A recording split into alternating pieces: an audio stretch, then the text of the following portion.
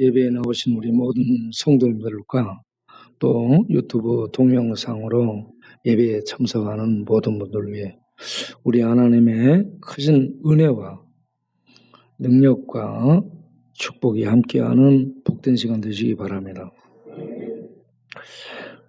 우리 앞에 동원참치가 나왔는데 볼 때마다 때려 죽이고 싶어요. 정말입니다. 어떻게 이 힘들게 하는지 주먹이 울고 발이 울고 막 속에서 울어요. 그래도 주변을 둘러보면 사람들이 좀 보고 있고 그러니까 싸울 수도 없고 팰 수도 없고 그래서 늘 참선해요. 그런데 제가 살펴보니까 두 가지 문제가 있더라고요. 하나는 군대 귀신이 들린 것 같아요. 술 마시고요. 소리 지르고 자해하고 이렇게 으르렁거리는 이런 모든 것이 군대 귀신 들린 특징이 그대로 나타나고 있습니다.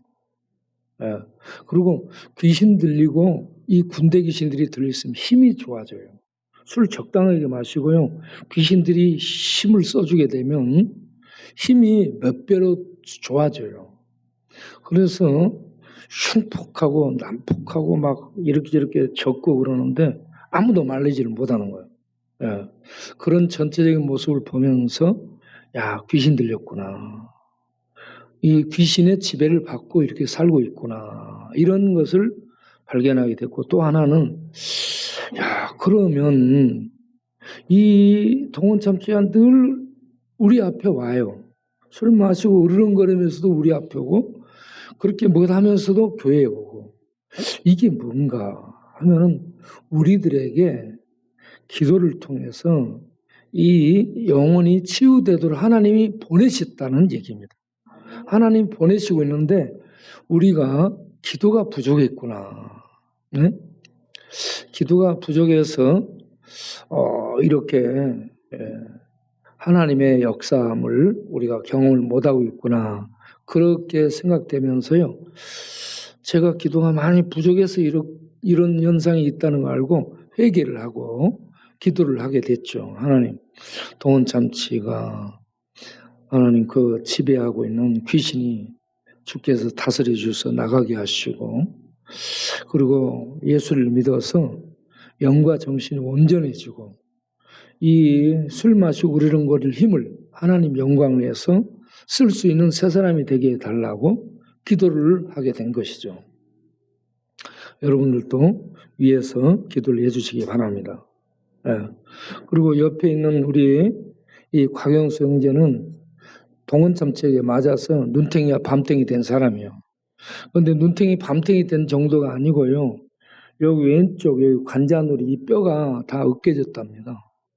으깨져서 12주 진단이 나왔대요. 12주 진단이 이 뼈가 잘 붙어야 되거든요. 속에서. 그리고 요 눈도 지금 시신경이 어떻게 되는지 몰라요. 의사가 한 달 뒤에 보자고 했다는데 이 관자놀이 뼈 이게 붙어야 되고 시신경들이 정상으로 잘 볼 수 있도록 그렇게 회복될 수 있도록 우리들이 위에서 계속 기도해 주시길 바랍니다. 우리가 살다 보면 이렇게 예상할 수 없는 이런 일을 만날 수가 있습니다. 다칠 수도 있고 아플 수도 있고 어떤 큰 사고를 당할 수도 있습니다. 그런 사고를 당하게 되면 죽고 싶은 마음이 들죠. 우리 박정식님, 박사라 집사는 오빠, 거기가요, 이 마음속의 생각이 죽고 싶은 거예요. 왜 그러냐? 여자에게 배신당한 거예요. 여자에게 배신을 당하고 나니까 죽어버리고 싶은 충동에 사로잡혀가지고 술 마시고 질주하다가 사중 추도를 내고 완전히 이 파열이 됐죠. 장. 그래서 헬기에 이렇게 헬기가 떠가지고 의사가 헬기를 타고 와서 응급치료하면서 병원으로 이송해가지고 병원에 가서 이 장 다 꺼내가지고 씻고 그렇게 해서 제자리로 넣고 꼬맬 때를 전부 꼬매고 그렇게 했는데 여기저기 이제 막 물이 차고 염증 생기고 그러한 상황을 지내게 됐죠. 그런 상황을 지내게 되면서 본인이 살고 싶은 생각이 없으니까 계속 죽겠다는 얘기를 한 거죠. 그래, 저번에 기도를 해드렸는데 다시 신방을 가서 기도해 드리고 또 믿음을 심어 드리고 그리고 살 소망을 갖도록 용기를 불어 넣어줘야 되겠다 생각하고 있습니다. 이에서 계속 기도해 주시길 바랍니다. 그런데 마음속에 중요한 이 문제 중에 하나가 복수입니다. 나를 배반하고 나를 이 지경으로 몰아넣은 그 상대를 죽이고 싶은 복수심이 불타거든요. 이게 사람들의 특징이에요. 그래서 다 회복되고 나면 가서 복수하겠다. 이런 마음을 먹는데 이 마음이 하나님의 은혜로 녹아질 수 있도록 기도를 해야 됩니다. 왜냐하면 복수하면은 그 순간은 통쾌한데 그게 자기를 죽이는 거예요. 결국은 자기를 죽이는 겁니다. 그러니까 용서하는 것은요, 결국 자기를 살리는 거예요. 용서가 엄청난 능력입니다. 원수를 우리 인간은 연약해서요, 해를 나한테 입히잖아요. 때리고 싶고요, 응징하고 싶고요, 복수하고 싶습니다. 그런데 이 불타는 이 용광로처럼 폭발하는 마음을 녹이고 상대를 향해 용서의 그 은혜를 베푼다? 이거요, 대단한 능력이고요, 우리 힘으로 할 수 없습니다. 하나님의 은혜를 잊게 될 때에 가능한 줄로 믿습니다.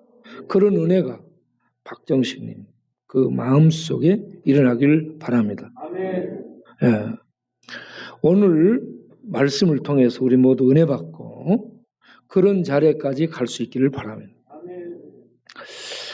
예루살렘에서 한 1.5km 정도 떨어진 곳에 베단이라는 마을이 있죠. 베단이는 가난하고 아프고 못 사는 사람들이 살고 있는 동네입니다. 예루살렘은 성벽으로 되어 있고요. 하나님의 언약의 울타리 안에 축복받고 있는 사람들을 상징하고요. 언약의 이 울타리 밖으로 쫓겨난 이런 사람들은 비천한 사람들을 의미합니다. 베다니에는 문둥이들도 있고 그렇습니다. 그렇기 때문에 성 안에 살 수 없습니다. 자, 이렇게 비천한 사람들이 살고 있는 동네에 나사로 가족이 있죠. 우리 주님은 그 비천한 사람들 동네를 자주 방문해요.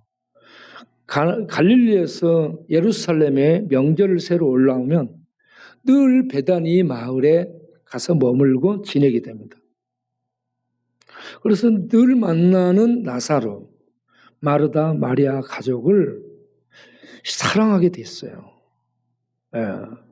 그런데 이 나사로가 어떤 병이 들었다는 거죠. 병명은 나오지 않습니다.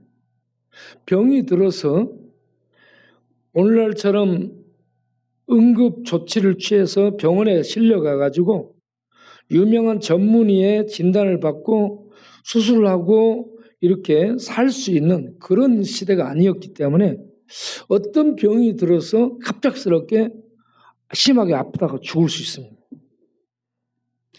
나사로가 아프게 됩니다. 이걸 예수님이 알아요. 그런데 죽도록 놔두고요. 죽은 다음에 며칠이 지날 때까지 예수님이 늑장을 부리고 있다가 옵니다. 올라오면서 베다니에 이 나사로 가족을 만나러 오면서 11장 4절에 무슨 말씀을 하냐면 이 병은 죽을 병이 아니라 하나님의 영광을 위한 병이라. 병에 대한 해석이 다릅니다. 이 병은 죽을 병이 아니라고 얘기합니다. 병들어 지금 죽는데 이 병은 죽을 병이 아니고 하나님의 영광을 위한 병이다. 그리고 이 일로 인해서 하나님의 아들이 영광을 받게 되리라고 말씀을 합니다. 그러니까 이해가 안 되는 말이죠. 아픈 사람이 생기면 야 빨리 가자. 우리가 가서 치료해 주자. 도와주자. 이렇게 해야 되는데 아주 늑장을 부리면서 죽도록 내버려 두고 그러면서 이 병은 죽을 병이 아니다라고 합니다. 그런데 이미 죽어요. 죽고 나흘이 지납니다. 4일이 됐어요. 그런 때에 예수님이 나타나죠. 그러니까 나사로의 누이 마르다가 예수님이 오신다는 소식을 듣고 뛰어나가서 예수님을 맞이하면서 무슨 인사를 하냐면 주께서 여기 계셨더라면 우리 오빠가 죽지 않았을 텐데 왜 이제 오십니까? 라는 그런 뉘앙스로 얘기를 합니다. 그러니까 주님이 뭐라고 얘기해요? 네 어레비가 살리라 라고 얘기해요. 그러니까 마르다가 네, 부활 때는 다시 살아날 줄로 믿습니다 라고 얘기해요. 부활신앙을 믿고 있는 가족이죠. 이거 굉장히 중요한 거예요. 당시 이스라엘을 지배하는 세력 중에 사두개파가 있어요. 여기는 제사장 그룹인데 성전에서 제사 드리는 일을 주도하는 제사장들, 대제사장도 사두개파예요. 이들은 어떤 사상을 갖고 있냐면 부활을 믿지 않습니다. 천사도 믿지 않아요. 네스도 믿지 않아요. 그런 사람들이 제사장이 돼가지고 하나님 앞에 제사 드리는 일을 주관해요. 그러니까 그들은요 전부 형식적입니다. 하나님 앞에 형식만 만들고 이런저런 규례만 만들어서 힘들게 하지 사실은 믿음이 없습니다. 구원에 대한 믿음이 없는 사람들이 제사장들이 돼가지고 일을 하고 있죠. 그리고 또 한 파는 바리새파인데 바리새파는 부활을 믿습니다. 내세를 믿습니다. 그런데 이 사람들의 특징 중에 하나가 예수를 믿지 않았다는 겁니다. 하나님 믿는데 예수님을 믿지 않아요. 이게 이제 문제죠. 그런데 오늘 여기 마르다의 신앙을 보게 되면 부활을 믿잖아요. 내세를 믿잖아요. 바리새파들의 가르침을 받아서 부활과 내세를 믿는 그런 신앙의 기본을 갖고 있는 사람이죠. 자, 그런 이 사람에게 예수님이 네 오라비가 살리라. 그러니까 네, 부활 때에 살아날 줄로 믿습니다. 라고 부활 신앙을 고백하고 있죠. 그래서 예수님이 자기의 정체를 드러내는 신적 선언을 합니다. 요한복음 11장 25절 26절 굉장히 중요한 말씀. 나는 부활이요 생명이니 나는 부활 생명이니 나는 생명인데 부활이니 나를 믿는 자는 죽어도 살겠고 믿는 자는 믿고 있는 자를 얘기합니다. 믿는 자는 죽어도 산다. 죽어도 산다. 그리고 무릇 살아서 나를 믿는 자는 누구든지 나를 믿는 자는 영원히 죽지 아니하리라. 영생의 부활 생명은 영생이라고 얘기하고 있습니다. 자, 지금 오라비가 죽어버렸어요. 죽어버린 사람 집에 와가지고 이미 나흘이 됐는데 나흘이 된 상황인데 네 오라비가 살리라라고 얘기하는 말이 안 되는 말을 해놓고는 내가 부활 생명이다. 이런 얘기를 하는 거예요. 예. 그러니까 27절에 주여 그렇습니다. 주는 그리스도시요 세상에 오시는 하나님의 아들이신 줄을 내가 믿습니다. 이 믿음의 내용이 주는 그리스도요 하나님의 아들이라는 걸 믿는 거예요. 그러니까 이 마르다는 훌륭한 신앙을 가지고 있는 거예요. 이론적으로요 굉장히 튼튼한 그런 이 신앙의 지식을 갖고 있는 거죠. 그런데 이제 문제점이 뭐냐? 이론상으로는 정확하고 신앙의 내용도 분명하게 갖고 있는데 이 마르다의 믿음의 약점이 뭐냐? 현재성이 없다는 겁니다. 믿음의 현재성. 그래서 예수님이 네 오라비가 살리라 그러니까 부활 때에 살리라라고 얘기를 한 거죠. 그리고 40절에 가서 보게 되면 예수께서 이르시되 내 말이 내가 믿으면 하나님의 영광을 보리라 이렇게 얘기를 하죠. 이때 마르다는 뭐라고 얘기해요? 주여, 그 앞에서 뭐라고 얘기해요? 죽은 지가 나흘이 되었음에 벌써 시체에서 냄새가 납니다. 벌써 지금 죽어서 이 피부에서 물이 잡히고요. 흐물흐물해지면서 냄새가 난다는 얘기입니다. 사람 죽으면 3일째 되고 그럴 때요. 날이 뜨겁잖아요. 그러면 이 시체에서 썩어갖고 막 물이 흐릅니다. 그래서 냉동실에 넣어놓는 거예요. 지금 이 기온이 그쪽은 따뜻하기 때문에 벌써 부패가 막 나타나는 거죠. 냄새가 난다고 얘기합니다.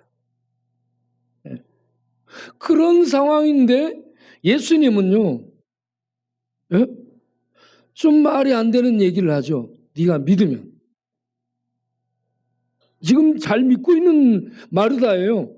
믿음의 내용이 전혀 부족함이 없는 주는 그리스도시요 살아계시는 아들입니다. 마지막 부활 때에 부활할 것도 믿습니다. 다 믿고 있어요. 그런데 예수님이 네가 믿으면 이라고 얘기합니다. 네가 믿으면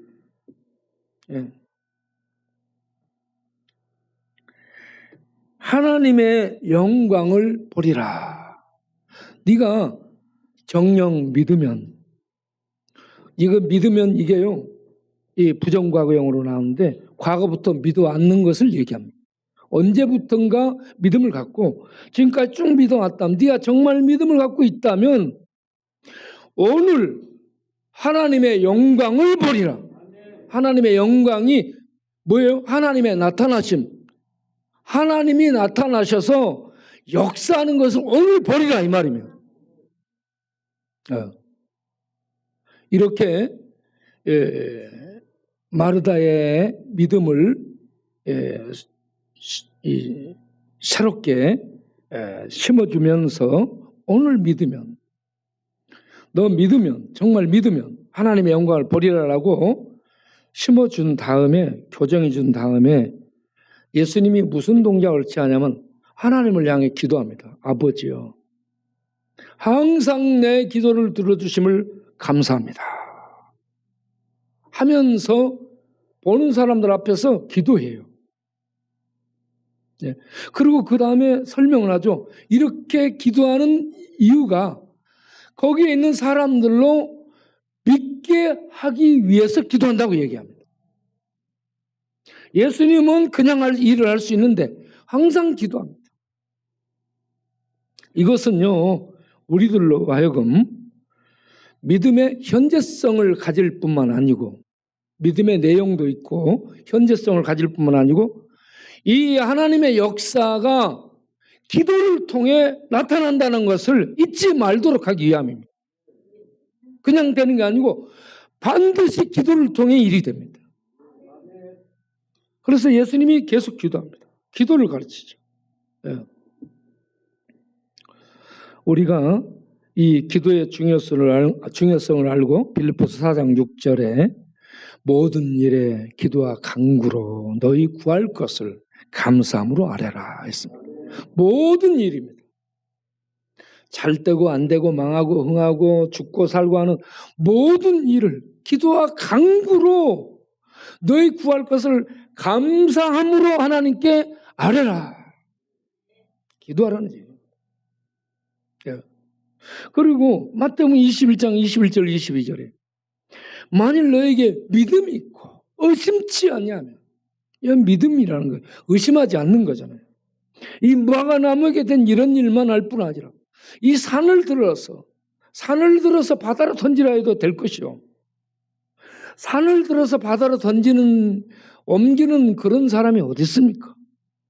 그런데 기도하면, 믿음으로 기도하면 하나님이 역사해서 산을 옮기고 죽은 자가 살아나게 되는 역사가 일어나게 될 줄로 믿습니다. 저는 이 말씀들을 묵상하면서 우리 교회도 재개발될 때 하나님이 옮겨주셔야 되겠다. 재개발될 때에 돈이 없고 우리가 어떻게 할 줄도 모르는데 하나님이 옮겨주셔야 된다. 우리에게 믿음이 있고 믿음으로 기도하면 우리 교회, 지금 우리는 어떤 형태로 교회가 될 줄은 모르는 그런 상황인데 하나님이 기뻐하시는 그런 뜻 가운데서 하나님이 앞으로 사역을 할 수 있도록 교회를 옮겨주시고 세워주시게 될 줄로 믿습니다. 저는 이 예수님이 죽은 시체 앞에서 기도한 이 부분을 보면서 기도가 이렇게 하나님의 능력, 하나님의 역사, 하나님의 현재적으로 임하심을 보게 하는 그런 능력이니 바로 기도를 통해서 나타나는구나. 우리는 기도를 소홀하게 생각하면 안 되고 기도를 가볍게 생각하면 안 됩니다. 예수님이 기도했습니다.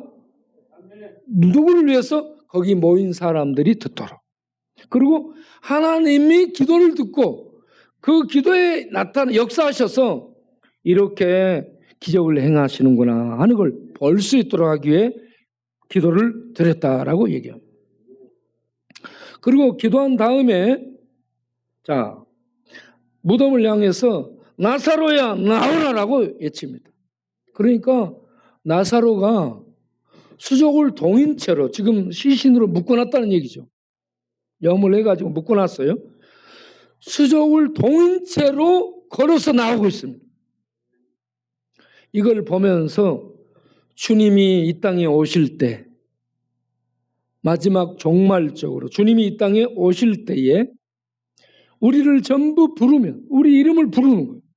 우리 이름을 길동아, 영자야, 막내야 하면서 우리의 이름을 부를 때에 나사로가 부활해서 나오는 것처럼, 살아난 것처럼 우리들이 살아나게 될 줄로 믿습니다. 그림이에요, 그림. 우리들이 이렇게 될 것을 보여준 그림이죠. 그런데 이 나사로가 죽었다가 살아난 이 사건을 통해서 결과된 반응들을 이제 45절에 기록을 하고 있는데, 이 기적 사건, 나사로를 살린 것이 기적인데 표적이 되는 겁니다. 기적인데 표적이에요.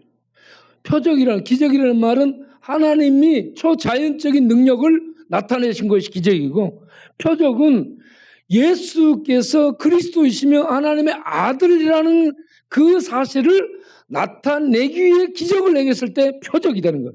이때 이 표적은 사인이 되는 거예요. 사인. 그래서 이런 표적을 보면서 예수 이분은 하나님의 아들이시며 그리스도이시네. 이걸 나타내고 있다는 거. 그리고 이걸 보면서 결과적으로 믿음을 갖도록 하기 위해서 이렇게 표적을 행하셨다는 얘기입니다. 그래 예수님의 목적하신 바가 예수께서 심심해서 막 이렇게 기적을 행하고 뭐 사람들 놀라기 위해서 죽은 사람 무덤 열고 살려내고 바로 자기 능력 과시하기 위해서 그런 것이 아니고 하나님의 아들로서 하나님이 일을 하는 것이고 하나님의 아들로 버리심을 받은 그리스도로서 메시아로서 구원의 일을 나타내 보이신 거라는 얘기입니다. 이런 일을 행하는 것을 보면서 유대인들이 거기에 모여온 유대인들이 이분이 메시아가 아니면 누가 메시아겠냐? 이분이 하나님의 아들이 아니면 누가 하나님의 아들이겠냐? 그러면서 거기에 오신 분들이 많은 유대인들이 예수를 믿었더라. 예. 많은 유대인들이 예수를 믿는 믿음을 가졌습니다. 그런데 그 상황을 보고는 놀래가지고 사내들인 공회의원들에 가서 보고를 하죠. 바리새인들이. 그랬더니 사내들인 공회의원이 모이게 됩니다. 제사장 그룹, 이 바리새인 서기관 그룹, 장로 그룹 이들이 모여요. 이들이 모여가지고 의논을 하게 되죠. 이들은 유대를 다스리는 권력자들입니다. 유대를 통치하는 권력자들.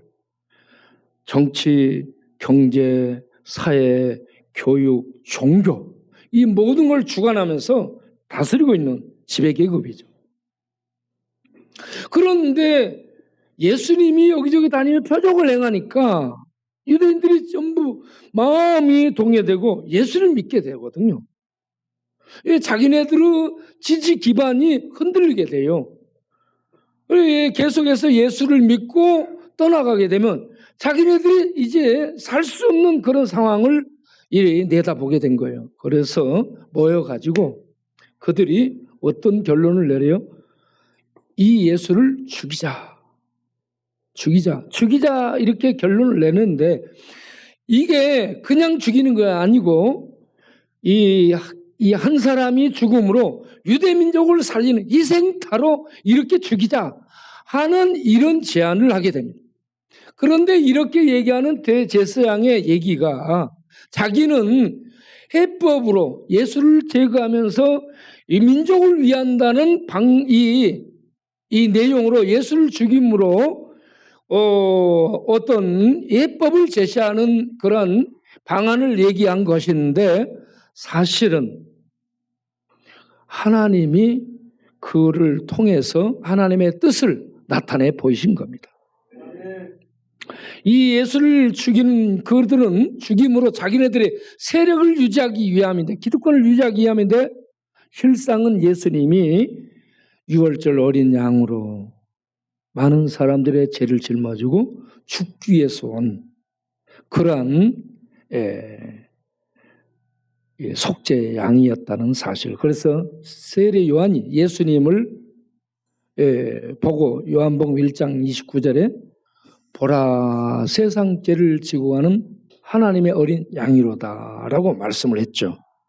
이 말씀은 구약의 이사야 53장 6절에 우리는 각기 제 길로 갔거늘 여호와께서는 우리 무리의 죄악을 그에게 담당시켰다. 이렇게 우리 무리의 죄악을 짊어지는 그런 자가 메시아가 온다고 약속이 돼 있고 그렇게 죄짐을 짊어질 어린 양이 오셨고 세례 요한을 통해서 그 정체가 드러나게 됩니다. 보라 세상 죄를 지고 갈 하나님의 어린 양이.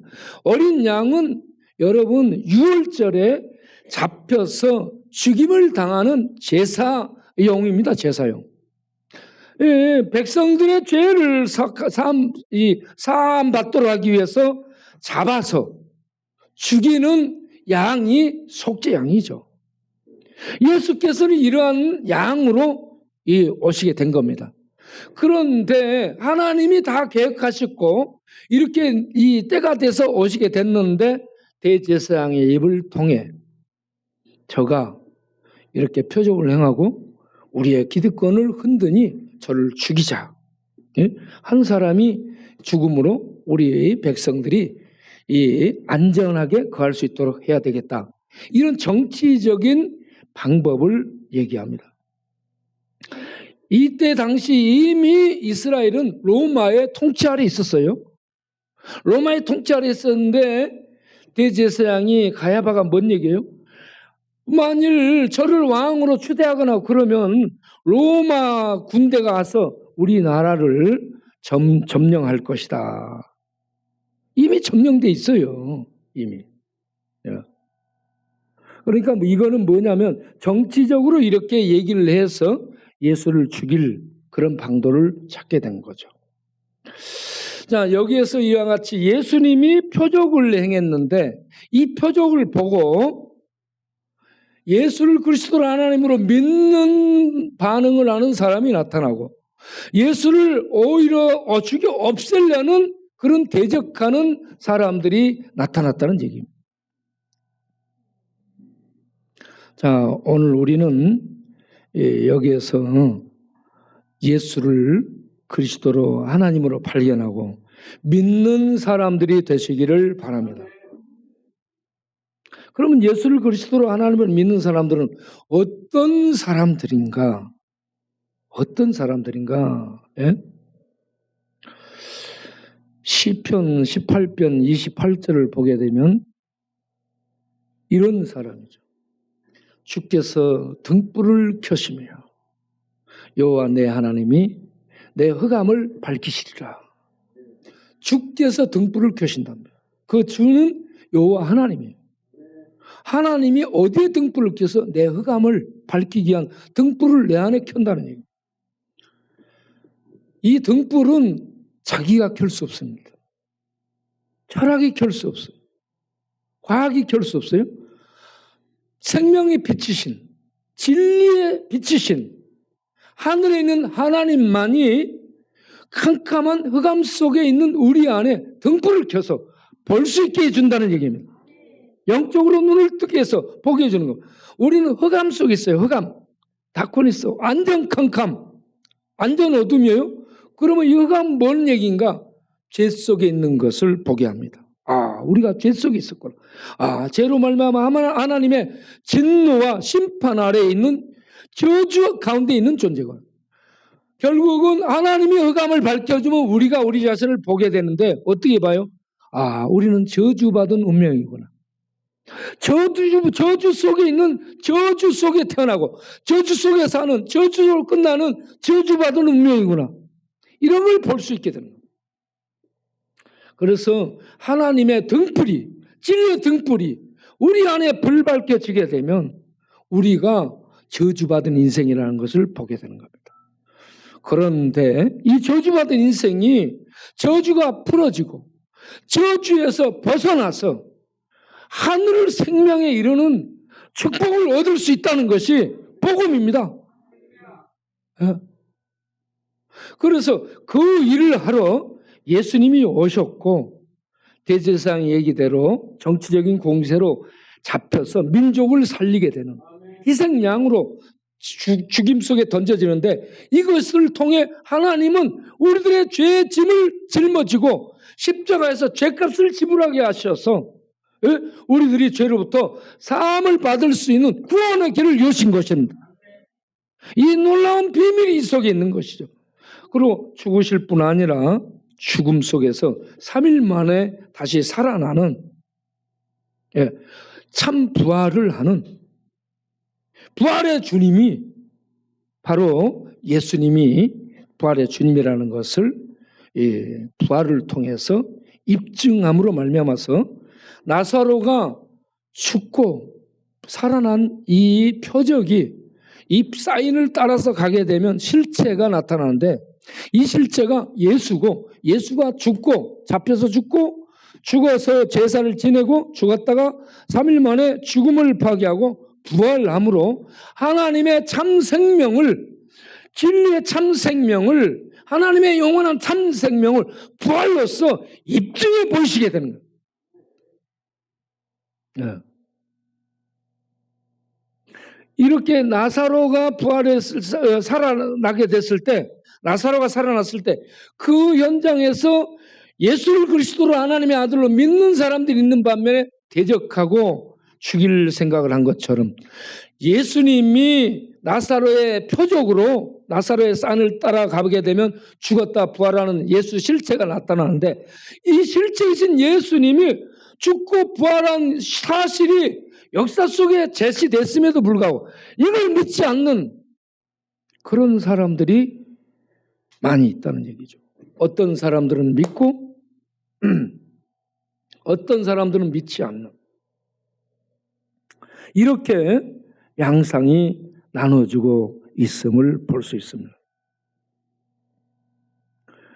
그런데 믿는 사람은 그 안에 하나님께서 등불을 켜서 자기를 보게 하고 그렇게 해서 고린도후서 4장 6절에 어두운 데서 빛이 비치리라 하신 그 하나님께서 어두운 데서 빛이 비치리라 하신 하나님이 예수 그리스도의 얼굴에 있는 하나님의 영광을 아는 빛을 우리 마음에 비추셨기 때문에 우리 마음에 비추셔서 예수를 보게 된 것이지 우리 실력으로 본 게 아닙니다. 우리의 능력으로 본 게 아니에요. 어떤 누구 도움으로 본 게 아니고 이렇게 우리 안에 등불을 켜신 하나님, 성령 하나님의 역사 속에서 흑암 속에 죄 속에 저주 속에 있던 우리가 눈을 떠가지고 우리의 비참한 현실을 보고 예수님이 우리의 죄를 제거한 짊어진 메시아라는 것을 보게 되고 예수를 믿게 되는 그런 믿음의 고백을 하는 자리에 나가게 된다는 얘기입니다. 그러면 이런 사람이 누구냐? 마태복음 5장 3절에 심령이 가난한 자는 복이 있나니. 심령이 가난한 자가 이렇게 성령의 역사 속에 예수를 그리스도로 발견하고 예수를 믿고 하나님의 아들로 믿고 내 죄로 말미암은 저주에서 벗어나고자 주를 붙들게 되는 믿음의 고백을 하는 줄로 믿습니다. 그래서 심령이 가난한 자는 복이 있나니 천국이 저희 것이며 구원이 저희 것이며 영생이 저희 것이며 예? 우리 모두 죄인이고 하나님 앞에 내세울 것 없어 망할 수밖에 없는 그런 존재라는 것을 아시고 예수 그리스도의 구원의 은혜를 구하는 심령이 가난한 자들이 되시기를 바랍니다. 심령이 가난한 자는 이 성령의 역사 속에 예수를 발견하게 되면 예수를 믿게 됩니다. 예수를 믿어요. 그래서 요한복음 1장 12절에 대선언을 하게 되죠.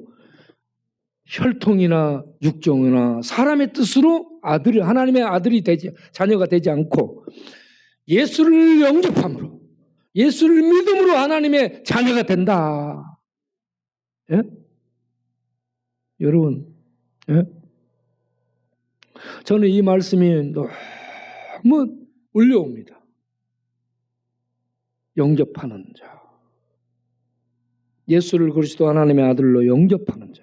하나님의 자녀가 된다. 그런데 권세 있는 하나님의 자녀가 된다. 어느 누구도 하나님의 자녀된 자격을 박탈할 수 없는 하나님의 보호 속에 들어간다. 이 놀라운 은혜, 예수를 영접하는 자. 왜 예수를 영접하는 자들이 이런 놀라운 자녀의 권세를 얻게 되는가? 요한복음 3장에서 그걸 얘기해 줍니다. 예? 혈통으로 육종으로 사람의 뜻으로 나지 않고 하나님에 의해서 태어난 자, 곧 요한복음 3장 5절에 보면 물과 성령으로 거듭나야 된다라고 얘기하고 있습니다. 거듭나게 되면 하나님의 성령에 의해서 빛이 비춰지고 하나님의 성령에 의해서 예수를 발견하게 되고 하나님의 성령의 도움으로 예수를 믿게 되고 그렇게 할 때 하나님의 성령에 의해서 하늘 백성으로 위로부터 다시 태어나게 되는 축복을 받게 되는 줄로 믿습니다. 예수 믿는 것이 어떤 종교 생활을 하는 것이 아니고요. 하나님의 자녀로 하나님에 의해서 하나님의 백성으로 다시 위로부터 태어나게 되는 줄을 믿으시기 바랍니다. 그리고 태어나게 된 자녀 안에 하나님의 성령이 거하게 됩니다. 내주하며 교통하며 인을 치셔가지고 너는 하나님의 자녀야. 확신을 갖게 하는 겁니다. 네. 어제 닮아야 놀자라는 영화를 봤는데 범죄를 저지른 5명의 이 깡패들이 그 절에 가요. 도피하러. 절에 가서 난리를 칩니다. 이런저런 많은 이 사건들을 만들고 시간이 지난 다음에 그들이 좀 깨닫고 사람이 되기 위해서 뭘 하느냐? 해우소 청소를 하고, 해우소가 뭔지 알죠? 네. 화장실 청소도 하고 법당 청소도 합니다. 법당 청소를 하는데 청소하면서요, 그 부처상이 있잖아요. 이렇게 웃고 있는 부처상. 네. 그걸 닦아요. 그 발도 닦고 여기저기 닦고 먼지가 많이 닦고요. 네. 이렇게 상을 만들어서 움직이도 못하고 말도 못하고 생각도 못하는 거 갖다가 놓고는 닦으면서 그걸 신이라고 복달라고 그 앞에 빌고 있어요. 이게 얼마나 똑똑한 어리석음인지 생각을 해봐야 됩니다. 우리 하나님은 우리에게 오셔서 우리 발을 씻어줬죠. 우리 발을 씻어준 이것은 확장시키면 우리의 영혼의 죄, 우리 몸의 죄, 우리들의 삶의 죄 모든 죄를 그분이 씻어주겠다는 얘기입니다. 발을 씻으면서 우리들이 느끼도록 이렇게 씻어진다라는 걸 느끼도록 해가지고 영적으로 예수를 믿으면 십자가에 열린 그분의 보배로운 피에 의해서 다 죄가 씻김받게 되는 거예요. 위로부터 씻김받게 되고 성령에서 거듭난 하나님의 백성이 되고 그래서 하나님의 자녀가 되게 되면 그때부터 눈이 떠져가지고 하나님을 아버지로 부르게 되고 자동적으로 예배를 드리러 나오게 되고 하나님은 예배 드리는 사람을 제일 기뻐합니다. 예배가 하나님께 최고 영광을 돌리는 거예요. 예배는 하나님께 엎드려 절하는 것입니다. 예배 드리러 오고 성경이 읽어지고 싶어요. 성경을 읽고 싶어져요. 그래서 이게 뭐지 하면서 읽어. 그리고 기도하게 되고. 그러면 이게 자동적으로 힘이 생기고 능력이 생겨서 하나님이 아들을 보내 나를 위해 죽기까지 하시고 내가 이렇게 구원을 받았는데 내가 이렇게 가만히 있으면 되겠냐. 나가서 일을 해야지. 봉사하게 되고 그리고 섬기는 일을 하게 되고 그리고 전도하게 되고 그리고 있는 것 없는 거 팔아갖고 하나님 앞에 감사하며 헌금하게 되고 자기를 드리고 시간을 드리고 자기에게 있는 재주를 드리면서 하나님을 섬기고 싶은 이런 경건한 거룩한 열망이 속에서 생겨나는 것입니다. 오늘 이 나사로의 다시 살아난 이 표적을 통해서 유대인들이 예수를 믿었다. 이 자리에 있는 여러분들 또 유튜브 영상으로 보고 있는 여러분들 다 예수를 그리스도로 하나님의 아들로 믿는 믿음을 갖기를 바랍니다. 그리고 그 믿음을 갖되 내가 예수를 믿으면 마지막 부활 때 부활할 것을 믿으시기 바랍니다. 뿐만 아니라 현재적으로 부활 생명을 내가 소유하고 있음을 아시기 바랍니다. 그리고 그 부활 생명의 능력이 성령의 불에 이 폭발하는 은혜로 내 안에서 생명의 능력이 현실적으로 폭발해서 죽음이 지배하는 이 세상, 어둠이 지배하는 이 세상을 생명의 빛을 비추면서 생명의 능력을 나타내면서 살아갈 수 있는 하나님의 사람들이 되시길 바랍니다. 예수를 그리스도로 믿고 이렇게 살아가는 그런 사람은 이런 결심을 해야 돼요. 이런 게 있어야 되죠. 이제부터 내가 하나님의 영광을 위해서 살아야 되겠다. 이 결심이 여러분에게 있기를 바랍니다. 전에는 나를 위해서 살고, 전에는 죄 가운데서 살고, 전에는 세상 따라 살고, 전에는 나를 위해서 살았지만 이제 그만 스톱하시기 바랍니다. 그동안 여러분 자신을 위해서 죄 가운데 산 것이 족하고도 넘어요. 너무 많아. 이제 더 이상 거기에 빠지지 말고 거기서 나오시고 거기서 나오셔서 나를 위해서 이 땅에 오신 하나님의 영광을 위해서 살아갈 수 있는 내가 돼야 되겠다라고 결심하시기 바랍니다.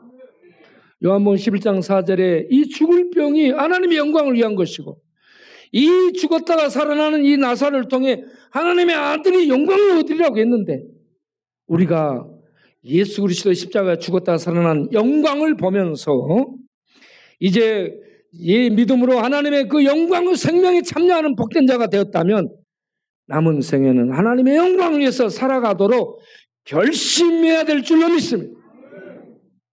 하나님의 영광을 위해 살아가도록 결단하시길 바랍니다. 그동안 죄 가운데 산 것을 여러분 너무 많은 그런 삶을 살아온 거야. 더 이상 거기 빠지지 않도록 이제는 하나님의 영광을 위해서 살겠습니다. 결심하시기 바랍니다. 그리고 이제부터는 죄에서 나와서 죄를 끊고 죄에서 나와서 하나님의 사람으로 살기를 원합니다. 이런 결심을 하시길 바랍니다. 자, 1740년에 영국에 부흥이 일어나게 됐죠. 영국의 부흥을 주도한 사람들이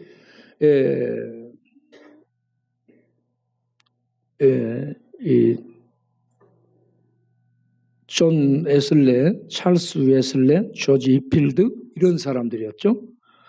그런데 이 조지 히필드가 이렇게 복음적인 설교를 하게 됩니다. 여기저기서 복음적인 설교를 하고 미국에 영국의 식민지로 있는 곳이 7군데 있어요. 7군데. 그걸 다니면서 설교를 해요. 설교를 할 때마다 청중이 수천 명씩 동원됩니다. 수천 명씩 들어요. 여기에서 이 히필드가 전한 복음의 내용이 신생입니다. 예수를 그리스도로 하나님으로 믿으면 하나님의 백성으로 거듭나게 되고 이 신생, 새롭게 태어남을 얘기를 합니다.